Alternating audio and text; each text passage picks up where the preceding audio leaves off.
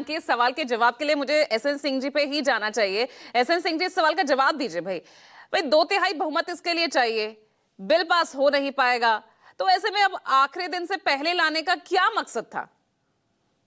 नहीं देखिए पूजा जी, अगर कोई बिल ले आया जाता है और वो सबके ले आया जाता है, सर्वमान्य बिल होता है जिसमें वो जाति मत मजहब धर्म और बड़ व्यवस्था देखकर नहीं बिल ले आया जाता है, तो मुझे लगता है उसका स्वागत किया जाना चाहिए और संपूर्ण देश इसका स्वागत कर रहा है। भाई जो काम मंत्री के लिए वही संतरी के लिए, जो प्रधानमंत्री के लिए वही मुख्यमंत्री के लिए।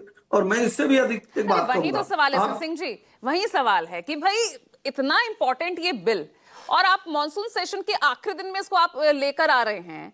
थोड़ा सा टाइमिंग को लेकर सवाल उठ रहा है भाई, एसआईआर के मुद्दे पर इतना विपक्ष हावी हो रहा है, उससे ध्यान भटकाया जा रहा है क्या?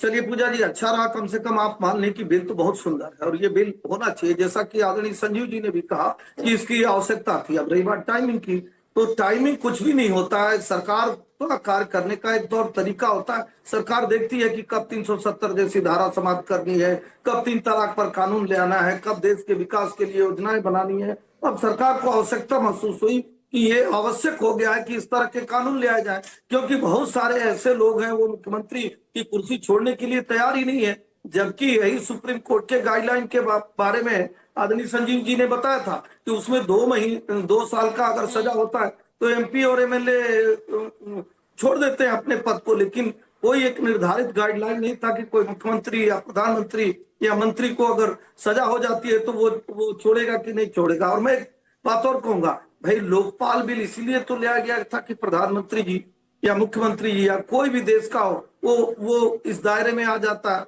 मैं कहता हूं कि मान लीजिए कोई कानून ऐसा बनता है जिसके नाते भ्रष्टाचार में कमी आए, कोई भी ऐसा व्यक्ति हो जो इस तरह के कार्य करता हो उसको कुर्सी छोड़ दे। पहले क्या होता था, नैतिकता के आधार पर छोड़ते थे, अब कानून के आधार पर छोड़ेंगे। तो रही बात टाइमिंग की, तो टाइमिंग इस नाते ले गया कि ये आवश्यकता महसूस की गई कि कई सारी चलिए, पहले राजनीतिक नैतिकता पार्टियां के और किसी आधार भी पर कारण छोड़ते थे, लेकिन अब कुर्सी का मोह इतना हो गया है ना कि यहाँ तो सिर्फ आरोप के आधार पर ही 30 दिन के अंदर ही अगर किसी की सदस्यता 31वें दिन अगर खत्म हो जाती है तो उसको तो राजनीतिक करियर खत्म ना, वो अगर अपनी बेगुनाही साबित ना कर पाए।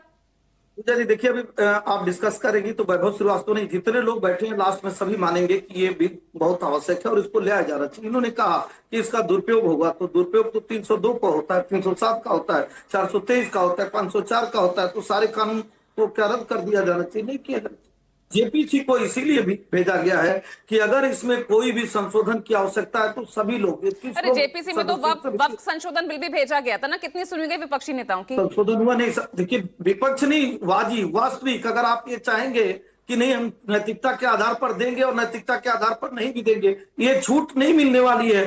नैतिकता नहीं, कानून के आधार पे आपको इस्तीफा देना पड़ेगा। ये कानून बन रहा है, नैतिकता नहीं। और मैं पूछ रहा हूं, अभी ये कह रहे थे भैया आप ये जरूर मांग करिए कि उसमें सुनवाई 1 महीने में हो जाए, 2 महीने में हो जाए, 4 महीने में, लेकिन आप ये नहीं कर सकते हैं कानून गलत है। कहाँ ये अधिकार देता है? ये प्राइवेट प्रोटेक्शन देखता है। हाँ, विरोध किया जाना चाहिए, उस कानून का विरोध किया जाना चाहिए था जब एक की खुरेबंदी दूसरे की नसबंदी थी। उस कानून का विरोध किया गया और किया जाना चाहिए जब कम्युनल बिल लिया जा रहा था कि नहीं सिर्फ एक धर्म के लिए, एक जाति के लिए, एक संप्रदाय, एक समुदाय के लिए, जो सभी के लिए समान है। पूजा जी, आज इनकी सरकार कल उनकी सरकार, निश्चित तौर पे ऐसे कानून को देश की आवश्यकता थी जो कानून आज भारतीय जनता पार्टी की सरकार के द्वारा लिया जा रहा है। और मैं कह रहा हूं अभी भी बहुत सारे संशोधन होते हैं, उसमें अगर कोई सुझाव आता